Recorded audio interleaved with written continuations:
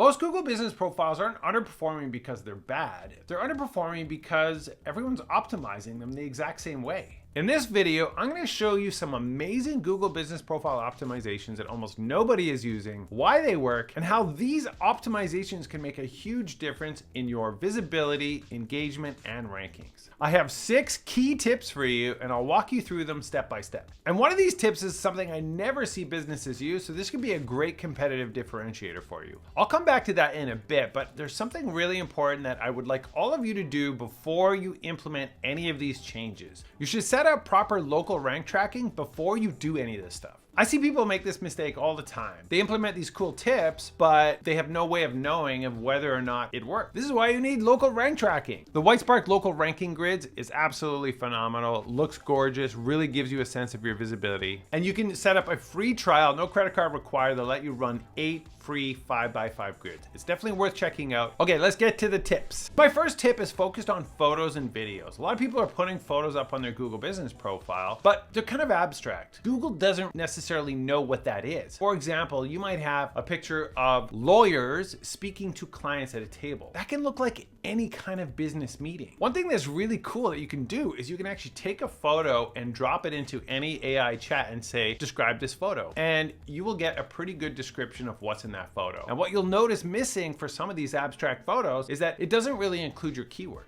It doesn't say personal injury lawyer speaking to a client about a car accident case, because it just looks like people in suits sitting around a table. So the tip here is to actually put text on your photos. Open them up in Canva or Photoshop and actually write the text. Personal injury law firm, Denver, discussing a car accident case with clients. Put that text in like small text on the bottom. It's like a little caption. But if you put that text right on the photo and then you upload it back to the chat and you ask, hey, describe this photo, you will see that it extracts that text. You've now provided that really valuable additional context into that photo. Now, related to photos are videos. So many people will put photos up on their Google business profile, but they never put any videos. Videos are worth 10,000 words. Adding video to your profile provides great additional content for Google to understand your business. But not only that, they autoplay in the Google Maps results. So if you're searching for a business on Maps and you're scrolling, you will see these autoplay. They stop the scroll, they get attention, they bring you into that profile. So that'll really help drive more engagement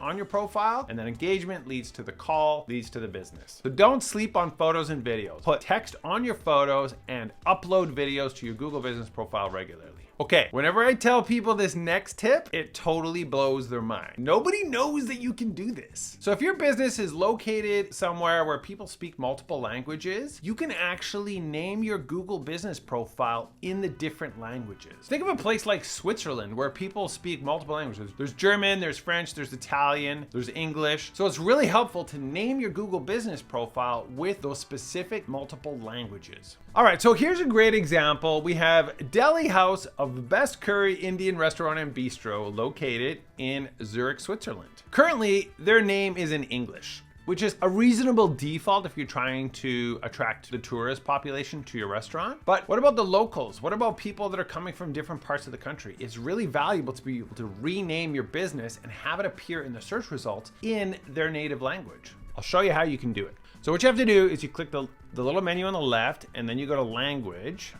Change the language to the language you want to write your name in. So let's start with French. And now you'll see that all the results are in French. And at the bottom, this is the button for suggest and edit. It's always there. I know the language will be different, but you can click it. And now I can click the name. It gives me a new field to give me the name in French. So I've already translated it here. So I can copy this, go back over here, paste it in, and save. And for real, is like I've seen maybe 3 businesses in my life that have ever done this. So it's a great competitive differentiator. Don't miss that little tip there. Do it. My next tip may seem simple, but there's actually quite a bit to this, and a lot of people are sleeping on this opportunity. You need to add your social profiles to your Google business profile. So a lot of businesses have an Instagram or a TikTok, and those have not been specifically connected to their Google business profiles. But it's critical that you do that, and I'm gonna show you exactly why. Valentina Vasileva discovered this about a month ago, that Google is now pulling in these little snippets based on what you publish on your social media. So here's a great example. So this business right here, they're getting this little snippet in the search results, and it says, today, spicy Thai pork burger. Where is that coming from? It's coming from their Instagram post. Look at this. Our spicy pork schnitzel burger is here this month only. It's like a special thing that got pulled in because it was on the social profile. What does that tell you? It tells you that Google is looking at whatever you're posting on your social profiles to understand more about your business. They're reading all of that content, but you can't get the benefit from it on your Google business profile unless you have connected your social profiles. So go to your Google business profile, click edit profile, and then scroll down to where you'll see the social profile section. Click the little pencil, and here is where you can add all of your social profiles. If you have not done that, you are missing a huge opportunity. So this is a very valuable tip. Don't sleep on it. All right, my next tip is for service area businesses. They often have a location in one town, but they're willing to travel to all the surrounding towns. But the way that Google's local search results work is that they're very focused on proximity. So if you are,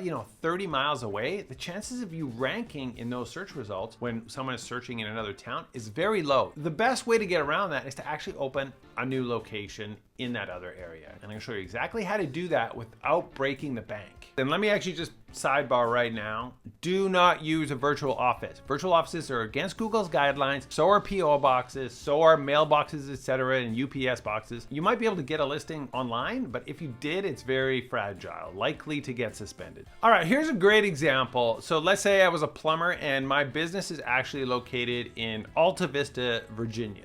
Now, the thing is that Alta Vista is a relatively small market. I really want to rank actually up here in Lynchburg. Lynchburg is a bigger city. They got a university.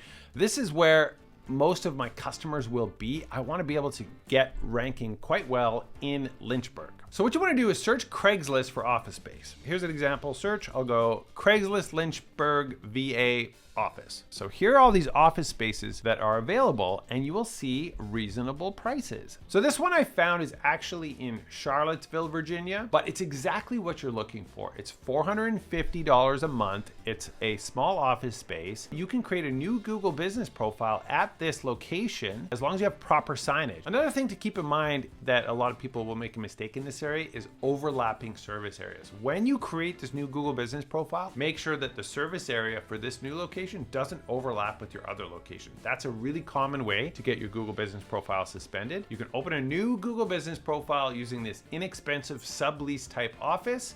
That'll allow you to now rank in Lynchburg. My next tip is super powerful, but it actually only applies to a small subset of businesses, but you need to know this anyways. This is based on the local search ranking factors survey. In this section here, the local pack maps, we get a list of the most powerful things that will actually drive rankings in local search. And number one on this list is primary Google business profile category.